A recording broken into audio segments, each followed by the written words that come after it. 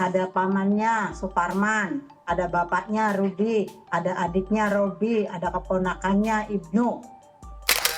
Dalam konteks sistem peradilan Indonesia, polisi, jaksa, dan pengadilan itu berada pada satu kubu, begitu ya? Ya, itu katanya nama gaul, jadi adiknya dipanggil, apa sih nama adiknya dipanggil buat kakaknya, adiknya namanya dipanggilnya Alvin, begitu katanya bahasa gaul, ngomongnya kayak gitu. Bahkan dari riwayat statusnya itu 24 Agustus saja ya, itu dia berada di Bandung. Statusnya itu.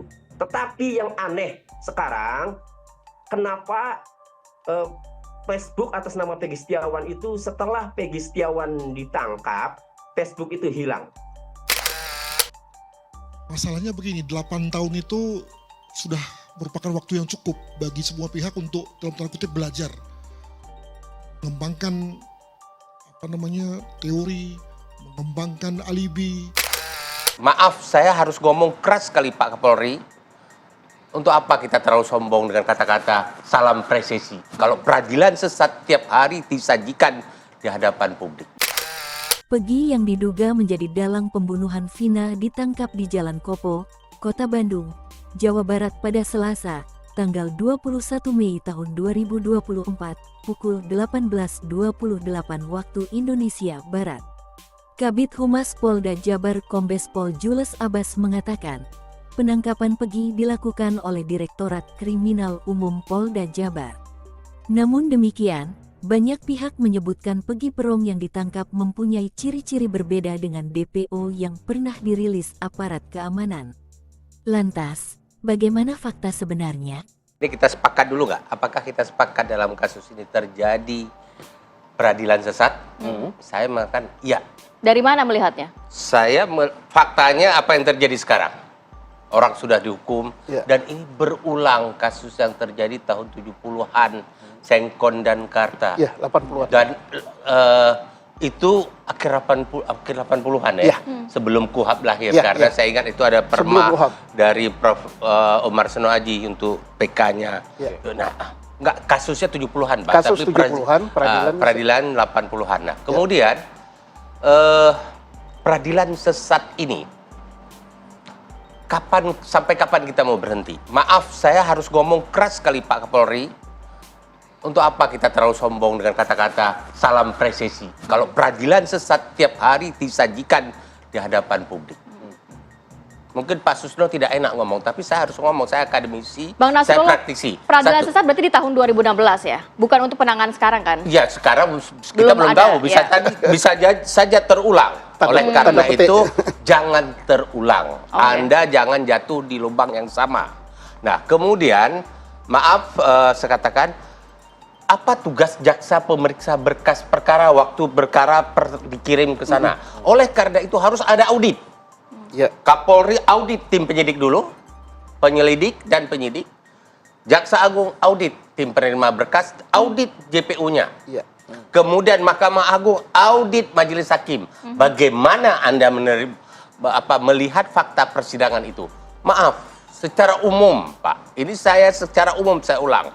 Tidak semua jaksa seperti itu, tidak semua polisi seperti itu, tidak semua hakim. Persoalannya, mengapa Polda Jabar berhenti pada penangkapan Peggy saja?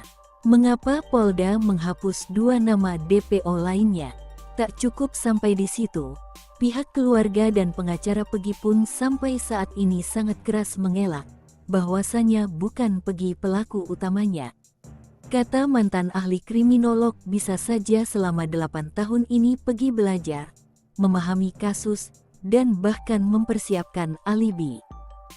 Sebelum saya memutuskan untuk menjadi kuasanya keluarga Peggy, saya menelusuri dulu karena ibunya Peggy menyampaikan ke saya bahwa anaknya itu saat kejadian berada di Bandung.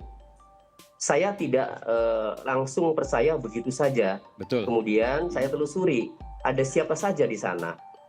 Ibu bercerita bahwa ada bapaknya, ada Mang Bondol, ada Robi, ada Ibnu, dan ada Suparman. Nah, ini dari 5 ini, 4 ini sudah saya hubungi, sudah saya temui. Bapaknya sudah saya hubungi, menyatakan benar. Mang Bondol sudah saya temui, ya, bahkan sudah rame tuh beritanya, memang benar, ya, berada di Bandung. Nah, Mang Bondol yakin berada di Bandung karena Mang Bondol pada saat mau ke Bandung itu mau kerja itu ditelepon oleh Peggy Setiawan, ya, ditelepon oleh Peggy Setiawan agar bekerja. Kalimatnya, Mang, ayo kerja di Bandung, kan nganggur kan. Iya. Nah, ini ada Pak Suparman, paman kan gitu. Nah, kemudian ayo berangkatlah tanggal 21 Agustus 2016. Kerja di Bandung di rumahnya Ko Aceng, ya. Nah, kemudian seminggu kemudian tanggal 27 Agustus 2016 Bondol itu tidak betah. Pulang, minta pulang. Peggy, saya mau pulang saja karena nggak betah. Jam 8 malam 27 Agustus 2016. Sehari setelah kejadian itu ya Pak? Iya. Oke. Saat kejadian 27 Agustus Oh, mohon maaf 2016 ya, itu 27 saat Agustus. kejadian. Oke, jam 8 malam. Jam 8 Ya. malam, Oke. Bondol minta pulang dan diantar oleh Peggy Setiawan, diantar oleh Robi, diantar oleh Ibnu, bertiga. Dari bedeng, jadi kalau proyek itu tempat tidurnya dikasih bedeng, dibuat Bedeng, betul. gitu. Oke, di Bandung ini ya? Ya, di Bandung. Oke. Ya. Nah, diantar sampai ke jalan raya sampai Bondol mendapatkan angkot. Kemudian setelah Bondol dapat angkot, Peggy Setiawan, Robi, dan Ibnu ini pulang. Bahkan sampai detil Mang Bondol, Robi yang pulang ini Ibnu dan Robi dan Ibnu dan Peggy sampai detil Ibnunya mengatakan sebelum pulang sampai mampir ke warteg sampai dia ingat. Oke. Kemudian setelah mampir ke warteg maka Baik. kemudian pulang. Baik, Masalahnya begini, 8 tahun itu sudah merupakan waktu yang cukup bagi semua pihak untuk dalam tanda kutip belajar, mengembangkan teori, mengembangkan alibi, mengembangkan apa yang dilakukan. Dengan kata lain, agak susah terutama bagi kami sebagai pihak yang menjadi pengamat ya, untuk percaya pada salah satu pihak. Dalam hal ini, mohon maaf kepada Ibu dan juga kepada pengacara, mengingat tadi selama 8 tahun tentu sudah kemungkinan ada yang namanya make up story. Nah, untuk itu maka juga di pihak lain, kepada pihak kepolisian juga begitu. Kita juga harus reserve ya, harus betul-betul hati-hati terkait dengan apa yang menjadi dasar kepolisian dalam rangka menangkapnya. Nah, untuk itu maka kami berharap bahwa ajang pengadilan menjadi ajang yang terbuka dalam rangka mengakses tentang kualitas bukti tersebut.